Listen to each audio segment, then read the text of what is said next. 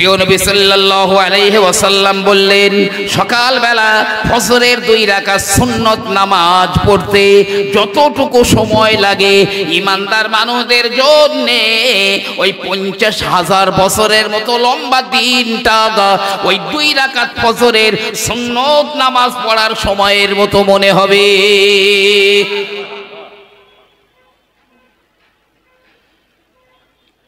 নিরাশ হয়ে যাবেন না।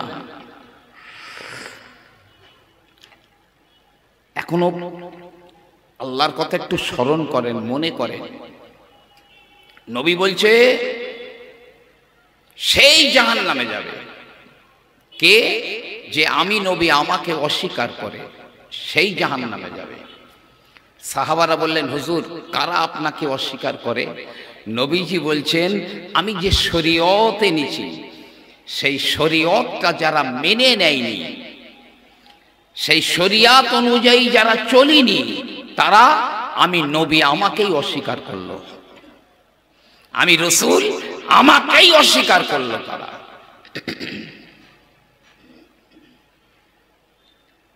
আল্লাহ এত বড় মেহেরবান, কিয়ামতের ময়দানেও আল্লাহ দয়া করবেন। আমার আল্লাহ রব্বুল আলামিন ময়দানে মাহশারে নেকি আর গুনাহ ওজন করবেন। এক বান্দার একটা নেকি কম হয়ে গেছে, একটা নেকি কম পড়ে গিয়েছে, আমার আল্লাহ রব্বুল আলামিন বলবেন, যা যা যা, তোর একটা নেকি কম হয়েছে, জাহান্নামে চলে যা।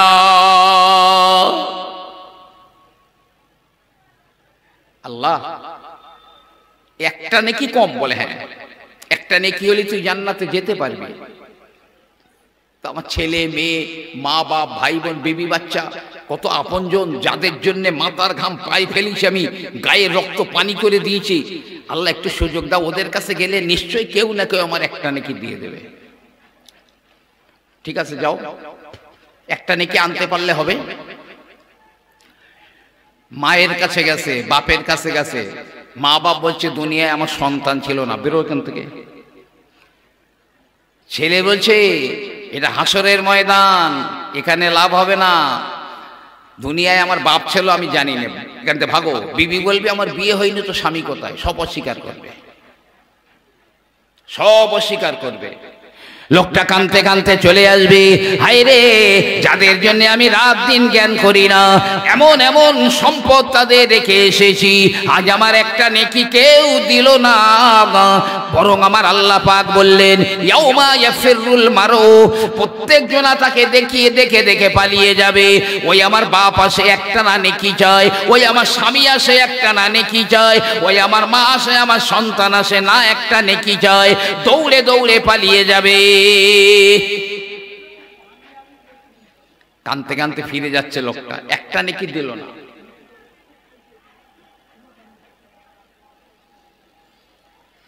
একটা লোক বলছে, ভাই কি হয়েছে তোর, কাঁদছিস কেন? বলতে, ভাই আমার একটা নেকি কম হয়েছে, যার জন্য জাহান্নামে যাবার ফয়সালা দিয়ে দিয়েছেন আল্লাহ। আমার মা বাপ, ভাই বোন, বিবি বাচ্চা সকলের কাছে গেলাম, ওরা তো নেকি দেয়নি একটা, বরং আমার অস্বীকার করেছে, এখন তো জাহান্নামে যেতে হবে, আর কিছু করবার নেই, তাই কাঁদতে কাঁদতে যাচ্ছি। ভাই শোন, তোর একটা নেকি কম হয়েছে তাই জাহান্নামে যেতে হবে? বলে হ্যাঁ। বলতে, শোন আমার মাত্র নেকি রয়েছে একটা, আর যা আছে সব গোনা, তোর একটা নেকি কম জাহান্নামে যেতে হচ্ছে, তা আমি ওই আমার একটাই নেকি, তো ওই একটা নেকি দিয়ে আমি কি করব? আমি তো মোটেও যেতে পারবো না, বরং আমার ওই একটা নেকি তুই নিয়ে যা, নিয়ে যদি তুই জান্নাতে যেতে পারিস তা যা। ও ওর একটা নেকি দিয়ে দিয়েছে। আল্লাহ রাব্বুল আলামিন ফেরেশতাদের বলেন, ওই দুইজনকে নিয়ে এসো। দুইজনকে আনা হয়ে গেল। আমার আল্লাহ পাক বলেন, আমার বান্দা তোর একটা নেকি কম ছিল, পূরণ হয়ে গেছে, তুই জান্নাতে চলে যা। আর ওই যে একটা নেকি যে লোকটা দিয়েছে, আমার আল্লাহ পাক বলবেন, এ আমার বান্দা তুই কি আমার চাইতে বড় রহম করনেওয়ালা, আমার চাইতে বড় দয়া করনেওয়ালা? দেখ দেখ আমি কত বড় রহমওয়ালা, আমি কত বড় আরহামার রহিমিন, যা আমি আল্লাহ তোকেও মাফ করে দিলাম। একজন সাহাবা খুব ভয়ে ভয়ে নবী পাককে জিজ্ঞাসা করছে, হুজুর কিয়ামতের দিনে বিচার করবে কে, আপনি না আল্লাহ? সাহাবা বলছে, বিচার আপনি করবেন না আল্লাহ করবেন? নবী বলছে, বিচার করবে আল্লাহ, আমি না। বলছে, তাহলে আমার কোনো চিন্তা নেই, তাহলে আমার কোনো পরোয়া নেই। আল্লাহ যদি বিচার করেন, ও একদম স্টেজে মেরে দেবো। কারণ আল্লাহ এত বড় দয়ালু, এত বড় মেহেরবান যে আল্লাহ কত কোটি কোটি মানুষকে জাহান্নামে যাবার উপযুক্ত তাদের জান্নাতে পাঠিয়ে দেবে। বান্দা, দুনিয়ায় তোর গোনা করেছিলি, সব লুকিয়ে রেখেছিলুম, তা আজকের যা, তুই অমুক দিন ওই গোনার কাজটা করেছিলি? হ্যাঁ আল্লাহ করেছিলুম। এই অমুক দিন এটা করেছিলি? হ্যাঁ আল্লাহ করেছিলুম। সব জিজ্ঞাসা করবে, ও সব স্বীকার হবে, হ্যাঁ আল্লাহ আমি এগুলো করেছিলাম।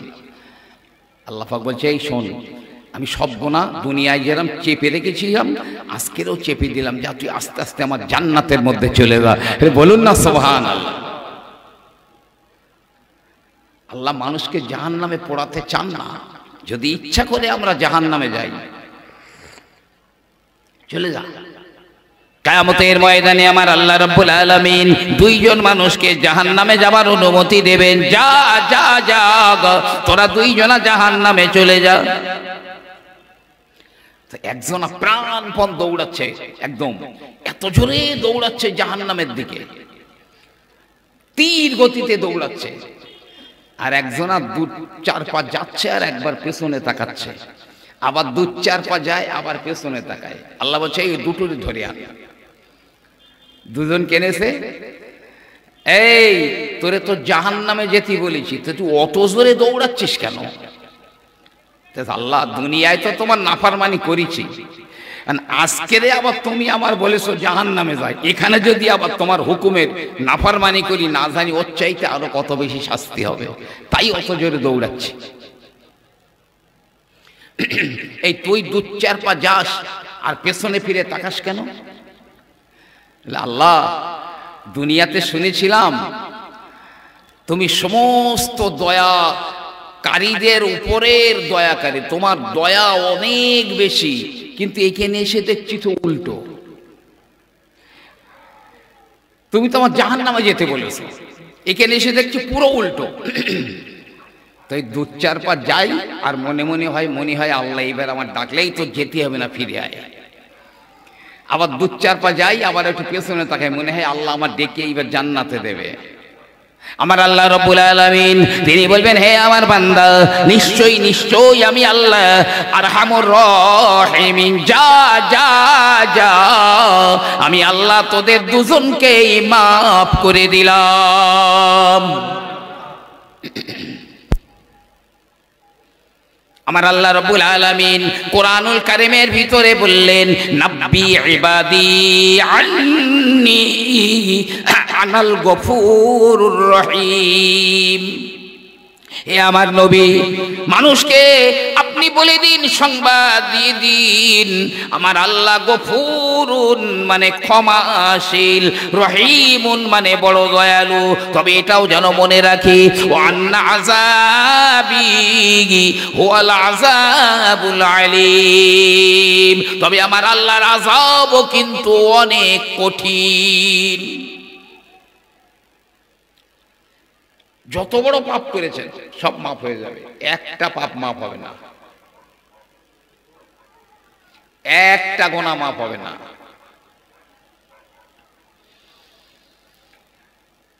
ভাই বলবো সেই গোনার কথাটা বলবো। নবী পাক আরাফার ময়দানে যেদিন হজ হচ্ছে, পবিত্র দিন, সেই দিন হজ হচ্ছে, 9 জিলহজ, সাহাবারা আছে। নবী বলছে, এই বলো তো এটা কোন মাস? হুজুর এটা জিলহজ মাস। এটা কোন দিন? হুজুর এটা ইয়াউম আরাফা, আরাফার দিন। এটা কোন ময়দান? এটা আরাফার ময়দান। এটা কোন শহর? হুজুর এটা মক্কা শহর। নবী পাক বলছে, এই মাস, এই দিন, এই জায়গা, এই শহর এর চাইতেও একজন মুসলমানের জান মাল ইজ্জত আবরুর দাম অনেক বেশি। বলুন না সুবহান। প্রিয় নবী সাল্লাল্লাহু আলাইহি ওয়াসাল্লাম খানায় কাবা তওয়াফ করতে আসেন। সাহাবায়ে কেরামেরাও নবীর সঙ্গে কাবা তওয়াফ করে। আল্লাহর নবী কাবা তওয়াফ করতে করতে একবার দাঁড়িয়ে গেলেন, কাবার দিকে হাত তুলে বলেন, এ কাবা, আমার আল্লাহ রাব্বুল আলামিন তোকে এত ইজ্জত দিয়েছেন, এত সম্মান আমার আল্লাহ দিয়েছেন যে গোটা দুনিয়ার মানুষেরা তোর দিকে ফিরে মাথা নিচু করে দেয়। তবে কাবা তোর চাইতে আরো অনেক বেশি সম্মানী আছে, তোর চাইতেও তাদের সম্মান বেশি, ইজ্জত বেশি। সাহাবারা বলছেন, ইয়া রাসূলুল্লাহ, কাবার চাইতে কার ইজ্জত কার সম্মান বেশি? প্রিয় নবী আমার বললেন, ও আমার সাহাবারা, একজন মুসলমানের মাল, একজন মুসলমানের জান, একজন মুসলমানের ইজ্জত আবরু খানায় কাবার চাইতে অনেক বেশি পবিত্র। হাদিস বলছি কিন্তু আমি। সাহাবাদের বলছেন, এই সাহাবারা বলো তো, আইয়ুল মুফলিস, কোন লোকটা একদম নিঃস্ব? বলছে, হুজুর, যার টাকা পয়সা নেই, ঘর বাড়ি নেই, জমি জায়গা নেই, সহায় সম্পদ নেই, সেই গরিব মানুষ?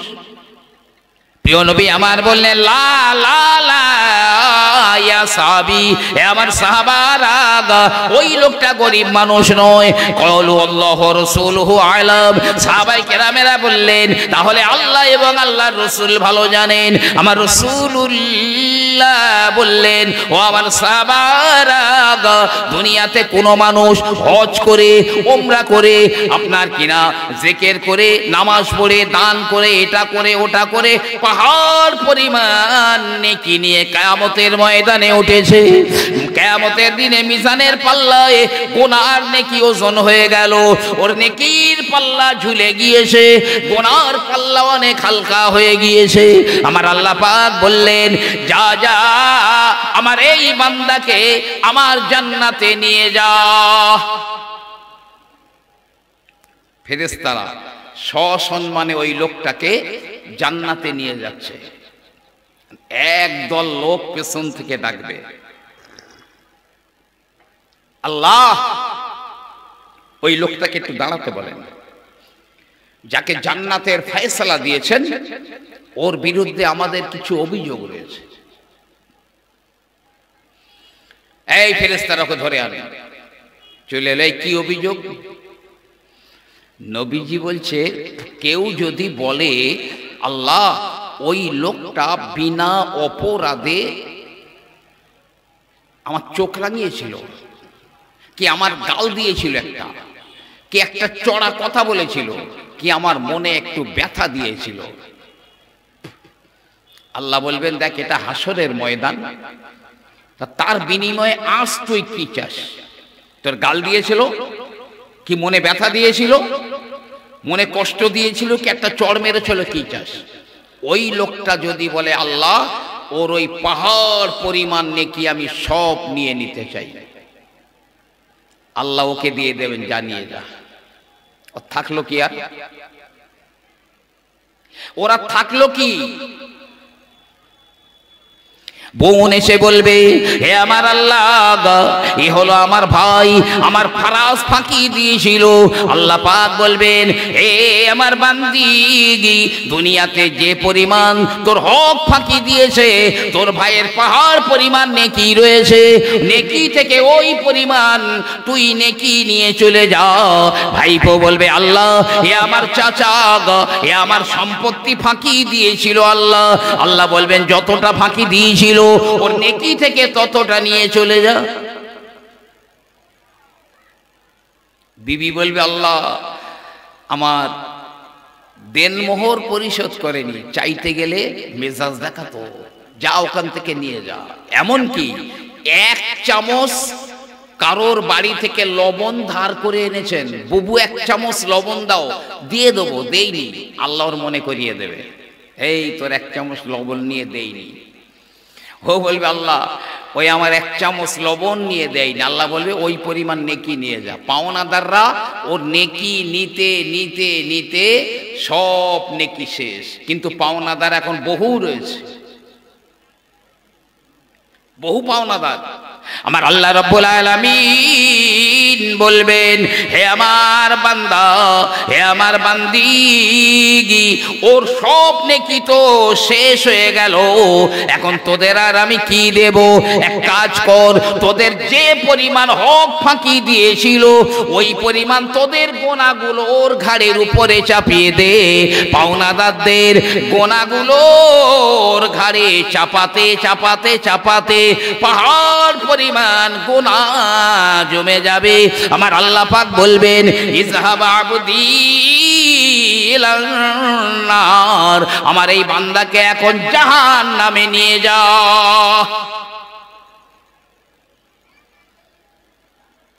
এই গুনাহটা আল্লাহ মাফ করবেন না। কারো হক ফাঁকি দিয়েছেন, যে সম্পত্তি ফাঁকি দিয়েছেন, বড় কথা বলেছেন, গালিগুলোজ করেছেন, অত্যাচার করেছেন, আল্লাহ মাফ করবেন না। যে রোজ একবার মক্কায় গিয়ে তাহাজ্জুদের নামাজ পড়ে আসে, আল্লাহ মাফ করবেন না।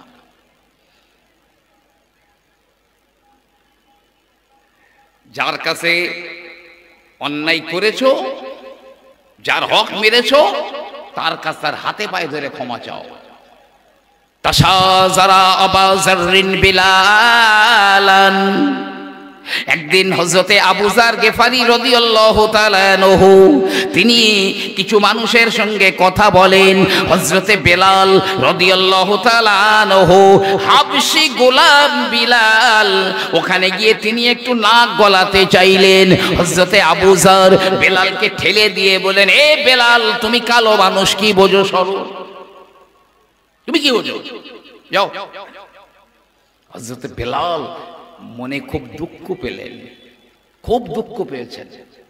আল্লাহর নবীর দরবারে গিয়ে বলে, ইয়া রাসূলুল্লাহ, ইয়া হাবিবাল্লাহ, শাহজার নিয়ে আবু যার আমার মনে কষ্ট দিয়েছে, আমাকে ঠেলে দিয়েছে, আমাকে কালো মানুষ বলেছে।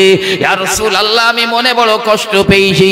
আল্লাহর নবী সাহাবাদের বললেন, ও বাবা সাহাবারা, আবু যারকে ডেকে আনো। আবু যারকে ডেকে আনা হলো। আল্লাহর নবী বললেন, আতাশা জানা বিলালা, তুমি কি বেলালের মনে কষ্ট দিয়েছো? তুমি কি এই রকম করেছো? হযরতে আবু যার বললেন, জি জি জি ইয়া রাসূলুল্লাহ। নবী আমার বলেন, হে আবু যার, তুমি যদি আল্লাহর আযাব থেকে বাঁচতে চাও, তুমি যদি মাফ পেতে চাও, চলে যাও, বেলালের পা দুটো জড়িয়ে ধরে ক্ষমা চাও। হাবশী বলে, কালো বলে ক্ষমা চাও। হযরতে আবু যার গেফারি রাদিয়াল্লাহু আনহু ছুটে গিয়ে বেলালের পা দুটো জড়িয়ে ধরে ক্ষমা চাইছেন। বেলাল ধরে উঠিয়ে বুকে জড়িয়ে ধরলেন আবু যারকে।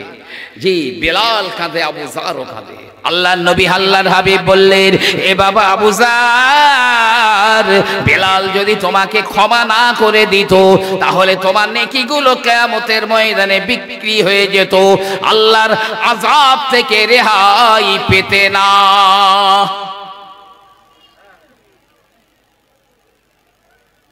এইটা করবেন না।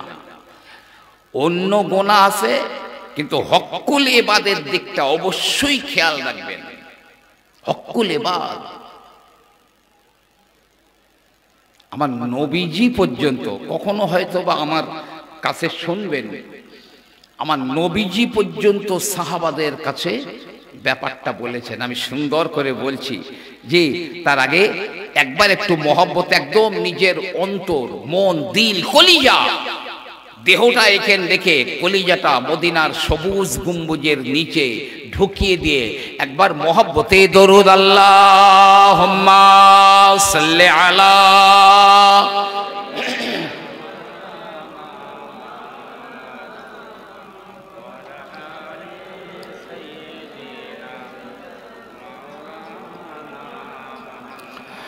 क़यामत में हर शख्स परेशान रहेगा। क़यामत में हर शख्स परेशान रहेगा। हर एक शख्स रो रो कर मोहम्मद को पुकारेगा। अगर ओ मुझे खबर ना ले तो कौन खबर ले? उम्मत के जो वो किश्ती है वो मोहम्मद के हवाले। अल्लाहुम्मा सल्ली अला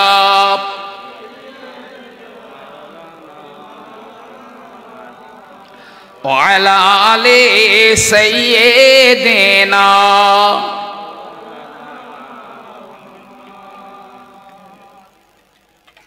শুধু একটা জায়গায় হক্কুল ইবাদ ক্ষমা হবে। বান্দার হক মেরেছে, একটা জায়গায় ক্ষমা হবে। এই কথাটা ফাজাইলে হজ মাওলানা জাকারিয়া সাহেব রহমাতুল্লাহ আলাইহি তিনি লিখেছেন। মুজদালিফায় হাজী সাহেবদের রাত্রি যাপন করতে হয়। আরাফার ময়দান থেকে সোজা মুজদালিফা সারা রাত থাকতে হয়। ওখান থেকে কাঁকর খুঁড়তে হয়। তো নবীজি মুজদালিফায় সারা রাত সাজদায় পড়ে কাঁদছেন, আল্লাহ আমার সব উম্মতরা আসবে, সব গুনাহ মাফ হবে, হক্কুল ইবাদের গুনাহটা মাফ হবে না? সারা রাত কাঁদছেন। সকালবেলা নবী মাথা উঠিয়ে মুচকি হাসলেন। হুজুর হাসছেন হচ্ছে, আল্লাহ আমার এই উম্মতের যারা মুজদালিফায় রাত্রি যাপন করবে তাদের এই হক্কুল ইবাদের গুনাহটা আল্লাহ মাফ করে দিয়েছেন। জোরে বলুন না সুবহান। কিভাবে জানেন মাফ? মনে করেন আমি আপনার 1 লাখ টাকা মেরেছি, 1 লক্ষ টাকা মেরেছি, হক ফাঁকি দিয়েছি। কিয়ামতে আল্লাহ পাক সুন্দর একটা জান্নাত সামনে হাজির করবেন, আমাকেও হাজির করবেন, আপনাকেও হাজির করবেন। হকটা মেরেছি আমি, আমি বলছি আল্লাহ ও আমার 1 লাখ টাকা হক মেরেছে, হক মেরেছে। এখন আল্লাহ রাব্বুল আলামিন আপনাকে বলবেন, এই তুই ওই 1 লাখ টাকার খেসারাত নিবি এখানে, না ওই সুন্দর ওই জান্নাতটা নিবি? দুটোর একটা। আর আল্লাহ এত সুন্দর করে জান্নাতটা সাজিয়ে সামনে আনবেন, ও বলবে আল্লাহ না না আমি ওই জান্নাত চাই। আল্লাহ বলবেন তাহলে আমার ওই বান্দাটার মাফ করে দে। ওই জান্নাতের আশায় ওই বান্দা কিয়ামতের মাঠে বলবে, আল্লাহ আমার যে হক মেরেছিল আমি ওটা ওর মাফ করে দিলাম। আল্লাহ বলবে যা তুই ওই জান্নাতে চলে যা। বলুন না সুবহান। এটা শুধু মুজদালিফায়। আমি বলেছি কখনো, তবে একটু মনে করিয়ে দিচ্ছি, আল্লাহ বান্দার তওবাটা কত তাড়াতাড়ি কবুল করেন, নিরাশ হয়ে যাবেন না। খলিফা হযরতে ওমর রাদিয়াল্লাহু তাআলা আনহু তিনি এমনি করে আইন করে দিয়েছেন, মদ খাওয়া তো দূরে চলে যাক, মদ যারা বয়ে নিয়ে যাবে, বহন করে নিয়ে যাবে, তাকে 80 ঘাত দুর্রা মারা হবে। আর ওমরের আইন মানে কি? খুব কড়া আইন। শুধু যদি মদ বয়ে নিয়ে যায় 80 দুর্রা মারা হবে। একদিন এক যুবক ছেলে থলের ভিতরে 2 বোতল মদ নিয়ে উটের পিঠে যাচ্ছে, আল্লাহর শান। আর ওই রাস্তায় খলিফা ওমর আসতেছে, খলিফা ওমর আসতেছে। যুবক ছেলেটা তো কাঁপা শুরু হয়ে গেছে, আল্লাহ ওমর আসছে, যদি জিজ্ঞাসা করে থলের ভিতরে কি বার কত মদ বেরোবে, আর মদ বেরোলে এমনিতে 80 দুর্রা আমাকে মারবে, তো 80টা মারবার আগে তো আমি গ্যারেজ হয়ে যাব। ওই যুবক আল্লাহর কাছে অনুতপ্ত একবার বলেছে, আল্লাহ হে আমার মাওলা, আল্লাহ জীবনে কোনোদিন আমি আর মদ বয়ে নিয়ে যাব না, আল্লাহ তুমি আমার ওমরের হাত থেকে বাঁচিয়ে দাও। প্রায় বলা যায় বিড়াল গুতোয় গাছে উঠেছে, ওমরের হাত থেকে বাঁচিয়ে দাও আল্লাহ, এরম কাজ আর জীবনে করবো না, তওবা করছি। ইতিমধ্যে ওমর এসে বলেছে, এই দাঁড়াও। দাঁড়িয়েছে, থলের ভিতরে কি আছে? কি বলবে? আছে তো মদ। আর তো একবার আল্লাহর কাছে তওবা করেছে, এখন স্লিপ অফ টাং, মুখ দিয়ে বেরিয়ে গেছে, হুজুর এতে 2 বোতল সিরকা রয়েছে, মানে ভিনিগার, 2 বোতল সিরকা রয়েছে। ওমর বলছে বার করো, আমি দেখবো, কথায় বিশ্বাস করবো না। এর তো তখন এইবারে পুরো একদম 19-20 শুরু হয়ে গেছে, আর মনে হয় হলো না, অন্তর কাঁদছে, আল্লাহ আর করবো না, ওমরের হাত থেকে বাঁচাও। এখন থলের ভিতর থেকে বোতল 2টো বার করে দেখছে মদ নেই, 2 বোতল ভিনিগার রয়েছে, সিরকা রয়েছে। জোরে বলুন সুবহানাল্লাহ। তওবা করতে দেরি হবে, কিন্তু ক্ষমা করতে দেরি হবে না। আল্লাহ এত বড় দয়াবান, এত বড় মেহেরবান। ভাই আমার, বাবাজির আমার, তবে হ্যাঁ, আল্লাহর কাছে যদি দয়া পেতে চান, আল্লাহর কাছে যদি ক্ষমা পেতে চান, তাহলে অন্যকে আপনি ক্ষমা করে দেবেন। কোরআনুল কারীমে আমার আল্লাহ পাক বললেন, আল কাযিমিন আল গায়জ, রাগ হজম করে নাও, আর ওয়াল আফিনা আনিন নাস, আর মানুষকে ক্ষমা করে দাও। কেউ যদি বলে কিয়ামতের ময়দানে বুঝে নেব, হাসরের ময়দানে বুঝে নেব, আল্লাহর কাছে বিচার দেব, ও ভাইরা আমার, আল্লাহ পাক ও কিয়ামতের ময়দানে তার বুঝে নেবেন, আল্লাহ তার কাছ থেকে বুঝে নেবেন। যদি বলে হাসরের মাঠে বুঝে নেব, আল্লাহ তার কাছ থেকে বুঝে নেবেন। মাল্লা ইয়ারহাম ওয়ালা ইউরহাম, যে অন্যের প্রতি দয়া করে না, তাকেও দয়া করা হবে না। যে অন্যকে ক্ষমা করে দেয় না, তাকেও ক্ষমা করা হবে না।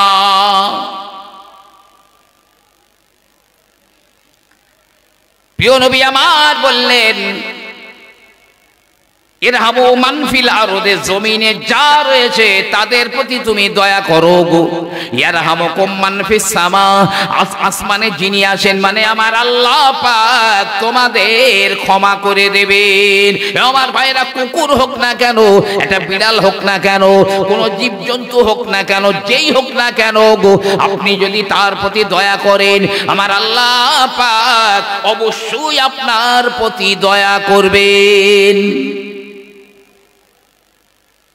আমি সুন্দর তাসকিরাতুল আউলিয়া যারা পড়েছেন হয়তো বা দেখেছেন, সুফিয়ান সৌরি রহমাতুল্লাহ আলাইহি, হযরতে সুফিয়ান সৌরি রহমাতুল্লাহ আলাইহি প্রথম সারির আল্লাহর ওলি।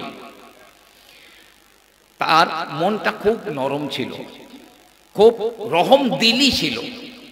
তো একদিন বাজার দিয়ে যাচ্ছেন, যেতে যেতে দেখছে খাঁচার ভিতরে একটা পাখি, পাখিটা বিক্রি করবার জন্য পণ্য হিসাবে সামনে রাখা আছে, বিক্রি হবে, খাঁচা শুদ্ধ।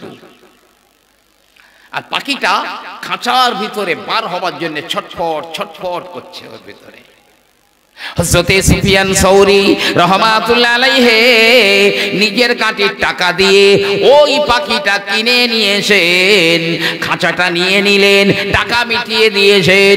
কিছু দূর গিয়ে খাঁচার দরজাটা খুলে পাখিটাকে ছেড়ে দিয়েছেন।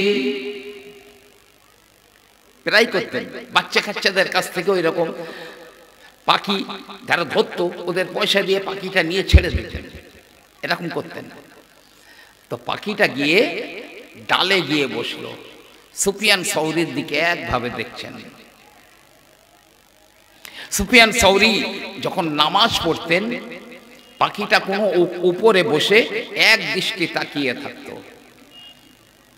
যেদিন হযরতে সুফিয়ান সৌরি রাহমাতুল্লাহ আলাইহি ইন্তেকাল হয়ে গেলেন, খাটিয়া নিয়ে যাওয়া হয়। ওই পাখিটা দুই ডানা মেলে খাটিয়ার উপরে যায়। তার ডানা দ্বারা যতটুকু ছায়া হওয়া সম্ভব ততটুকু ছায়া দিয়ে যায়।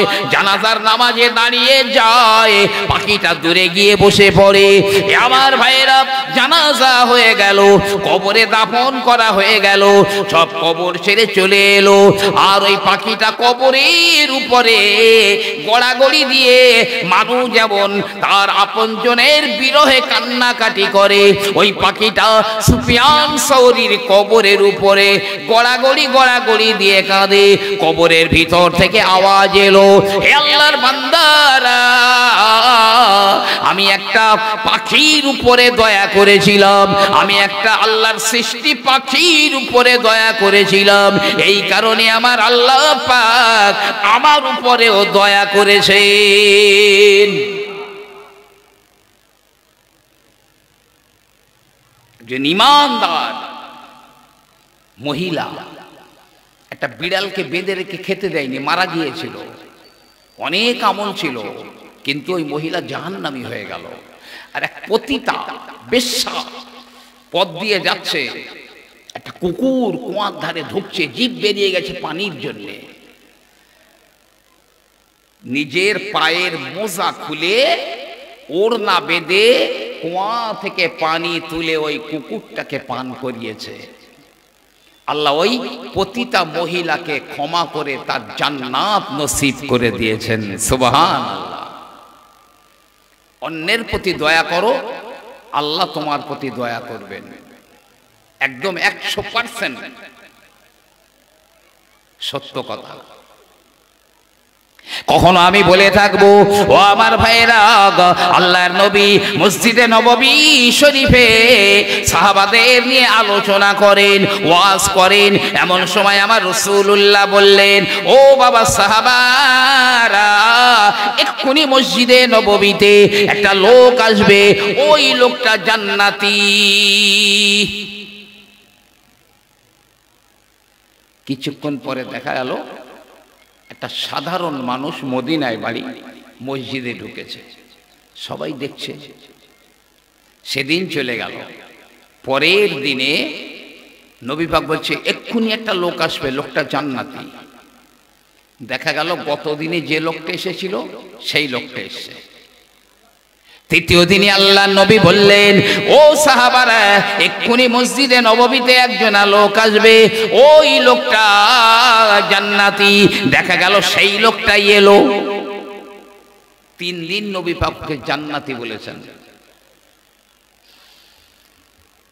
এক সাহাবা চিন্তা করছে, নিশ্চয়ই এই লোকটার স্পেশাল কোনো আমল আছে, আর যে আমলের জন্যে আমার নবীজি ওকে 3 দিন ধরে জান্নাতি জান্নাতি বলছেন, তো ওর কি আমল আছে আমার দেখতে হবে। আর সে আমলটা দেখতে গেলে কমপক্ষে 2 থেকে 3টে দিন ও লোকের বাড়ি আমার থাকতে হবে। ওই আমল দেখবার জন্যে এই সাহাবাটা বলছে, ভাই আমি বাড়ি থেকে এসেছি, একটু মনোমালিন্য, আমি ভাবছি আমি বাড়ি যাব না, তো 3টে দিন আমি তোমার বাড়ি থাকবো। ও সাহাবা বলছে, কোনো আপত্তি নেই, চলো 3 দিন আমার বাড়ি থাকবে। ওকে নিয়ে গেছে। ও থাকে রাত দিন, শুধু লক্ষ্য করে ওই সাহাবাটা কি আমল করে। তো 3 দিন ধরে দেখছে যে আমিও যা আমল করি ও লোকও তাই আমল করে, আলাদা কোনো আমল নেই। নবী পাক তাহলে জান্নাতি বলছেন ওই লোকটাকে 3 দিন, কারণ কি? তো 3 দিন পরে বলছে, ভাই নবী পাক তোমাকে 3 দিন জান্নাতি বলেছেন, তা আমি দেখতে এসেছিলাম তোমার স্পেশাল কি আমল আছে, সেইটা দেখতে এসেছিলাম। তা এখন 3 দিন ধরে দেখছি আমি যা করি তুমিও তাই করো, তা তুমি বলবে ভাই তোমার সেই স্পেশাল আমলটা কি? বলছে, ভাই তুমি যা দেখেছো ওই ছাড়া আমার কোনো আমল নেই, ওই আমল। বেচারা মনটা খারাপ করে ফিরে বাড়ি যাচ্ছে। এই লোকটা ডেকে বলছে, ভাই শোনো, একটা কথা তোমার বলতে পারি। কি? বলছে, হে আল্লাহর বান্দা, হে আমার নবীর সাহাবা, আমি রাত্রে যখন বিছানায় শয়ন করার জন্য যাই, রাত্রে আরাম করার জন্য বিছানায় যাই, আমি শুয়ে পড়ার আগে, আমি বিছানায় পিঠ লাগাবার আগে আমি আল্লাহর কাছে বলি, আল্লাহ আজ সারা দিনে যে যত আমার উপরে অন্যায় করেছে, যে আমার যত হক মেরেছে, আমি সবাইকে মাফ করে দিলাম। এই কথাটা না বলে আমি শুই না। প্রত্যেক দিন আল্লাহ যে যত অন্যায় করেছে আজ আমার কাছে, আমি সবার মাফ করে দিলাম। সাহাবাটা বলছে এই একমাত্র আমলের জন্যেই আল্লাহর নবী আপনাকে 3 দিন ধরে জান্নাতি বলছেন। অন্যকে মাফ করে দেবেন, আল্লাহ আপনার মাফ করে দেবেন, একদম 100%। সবসময় মনে রাখবেন, আমার নবীর উম্মত যেন আমার জন্যে তার জাহান্নামের পথটা আটকে না যায়। আমার কারণে আমার নবীর কোনো উম্মত যেন জাহান্নামে না যায়। মাফ করে দেবেন, ক্ষমা করে দেবেন, নবী পাক পর্যন্ত। আল্লাহর নবী, আল্লাহর হাবিব সাহাবাদের মধ্যে একদিন বলে দিলেন, ও আমার সাহাবারা, আমি রাসূলুল্লাহ, আমার সারা জীবন তো তোমাদের সঙ্গে কেটেছে। কেউ যদি, কারো যদি আমি নবী কষ্ট দিয়ে থাকি, মনে ব্যথা দিয়ে থাকি, তাহলে আমি যদি হক মেরে থাকি, চলে এসো বাবা, আমার কাছ থেকে প্রতিশোধ নিয়ে নাও। নবীজি বলছেন, আমি তো কোথাকার কোন জমিদার, ওর কাছে ক্ষমা চাইবো, লজ্জা লাগবে। নবী বলছে, আমি যদি কারো প্রতি অত্যাচার করে থাকি, এসো প্রতিশোধ নিয়ে নাও। নবী ক্ষমা চাননি, বলেছে প্রতিশোধ নাও। চুপচাপ, কেউ কথা বলছে না। আবার বললেন, এই আমি তোমাদের কারো কাছে যদি অত্যাচার করে থাকি, এসো প্রতিশোধ নাও। সবাই চুপচাপ। তৃতীয়বার বললেন, সব চুপচাপ। একজনা সাহাবা দাঁড়িয়েছেন, হযরতে সাআদ ইবনে আবি ওয়াক্কাস রাদিয়াল্লাহু আনহু দাঁড়িয়েছেন। হযরতে সাআদ ইবনে আবি ওয়াক্কাস রাদিয়াল্লাহু তাআলা আনহু বললেন, ইয়া রাসূলুল্লাহ, একদিন যুদ্ধের ময়দানে আপনি লাইন সোজা করছিলেন, ওই সময় আপনি আমার পিঠে চাবুক মেরেছিলেন। আমি বড় ব্যথা পেয়েছিলাম, আমার বড় ব্যথা হয়েছিল। ইয়া রাসূলুল্লাহ, ওই দিনের কথাটা মনে আছে? চলে এসো বাবা। চলে এলো, এই লাও চাবুক নাও। আমি তোমার পিঠে চাবুক মেরেছিলাম, তুমি আমার পিঠে চাবুকটা মেরে প্রতিশোধ নিয়ে নাও। সাআদ ইবনে আবি ওয়াক্কাস রাদিয়াল্লাহু আনহু, তিনি চাবুক নিয়েছেন, রেডি হবেন। বলছে, হুজুর, আপনি যখন চাবুকটা মেরেছিলেন আমার পিঠে, আমার গায়ে তখন জামা ছিল না, খালি গায়ে ছিলাম, আপনি জামাটা খোলেন। নবী পাক জামা খুলে দিয়েছেন। হযরতে আবু বকর বলে, ওমর বলে, ওসমান বলে, আলী বলে, তালহা বলে, জুবায়ের বলে, নবীর সাহাবায়ে কেরামেরা সবাই বলে, হে সাআদ ইবনে আবি ওয়াক্কাস, সত্যি কি তুমি আমার রাসূলুল্লাহর পিঠে চাবুকটা মেরে প্রতিশোধ নেবে? হ্যাঁ হ্যাঁ, কেন নয়।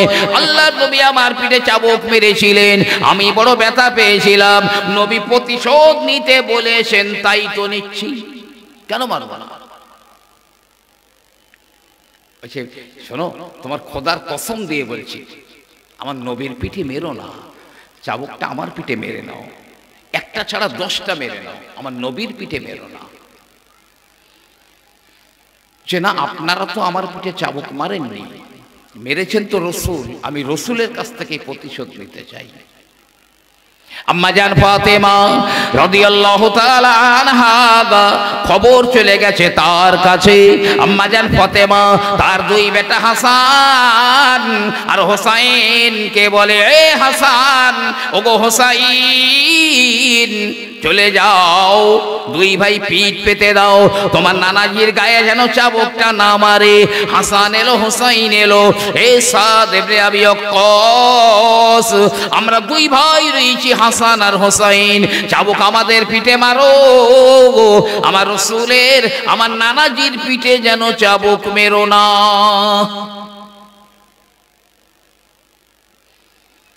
এই হাসান হুসাইন, আরে তোমরা তো আমার পিঠে মারোনি চাবুক, তোমরা তো মারোনি, কেন আমি মারবো না? সবাই কাঁদছে, সব সাহাবারা কাঁদছেন, কেঁদে জালে জার হয়ে যাচ্ছেন। সাদ বিন আবি ওয়াক্কাসের কি হলো আজ? নবী পাক বলছে, এই সবাই খামোশ, প্রতিশোধটা নিতে দাও। দুনিয়ার প্রতিশোধের চাইতে আখিরাতের প্রতিশোধ অনেক বেশি ভয়ঙ্কর। নবীজি দাঁড়িয়ে গেছেন, মারো বাবা। সাদ ইবনে আবি ওয়াক্কাস রাদিয়াল্লাহু তাআলা আনহু চাবুকটা নিচে ফেলে দিয়ে আমার রাসূলুল্লাহকে পেছন দিয়ে জড়িয়ে ধরেছেন। নবী পাকের দুই কাঁধের মাঝখানে মোহরে নবুয়ত ছিল, ওই মোহরে নবুয়তে বারে বারে বারে চুম্বন করেন। হুজুর বেয়াদবি মাফ করেন হুজুর, আপনি কোনোদিন আমার পিঠে চাবুক মারেননি, তবে আমার জীবনের একটা বড় স্বাদ ছিল, আমি আপনার ওই মোহরে নবুয়ত একটু চুম্বন করব, কিন্তু সারা জীবন সুযোগ পাইনি, চান্স পাইনি। আজকের যখন বললেন, আমি মনের মধ্যে চিন্তা করে নিলাম, এই অভিনয়ের মধ্যেই আমার কাঙ্ক্ষিত ইচ্ছা পূর্ণ হবে, নবী পাকের মোহরে নবুয়তে চুম্বন দিতে পারবো। হুজুর, তাই আমার জীবনের ইচ্ছা পূর্ণ হয়ে গেল, আমি আপনার মোহরে নবুয়তে চুম্বন দিয়ে দিয়েছি, কোনোদিন আপনি আমাকে মারেননি। আল্লাহ নবী আল্লাহর হাবিব বললেন, এই সাদ ইবনে আবি ওয়াক্কাস, তুমি বড় বুদ্ধিমান, তুমি বড় চালাক, শুনে রেখে দাও, যে লোকটা রাসূলুল্লাহর মোহরে নবুয়তে চুম্বন করে দেয়, আমার আল্লাহ পাক তার জন্যে জাহান্নামের আগুনটা হারাম করে দেন।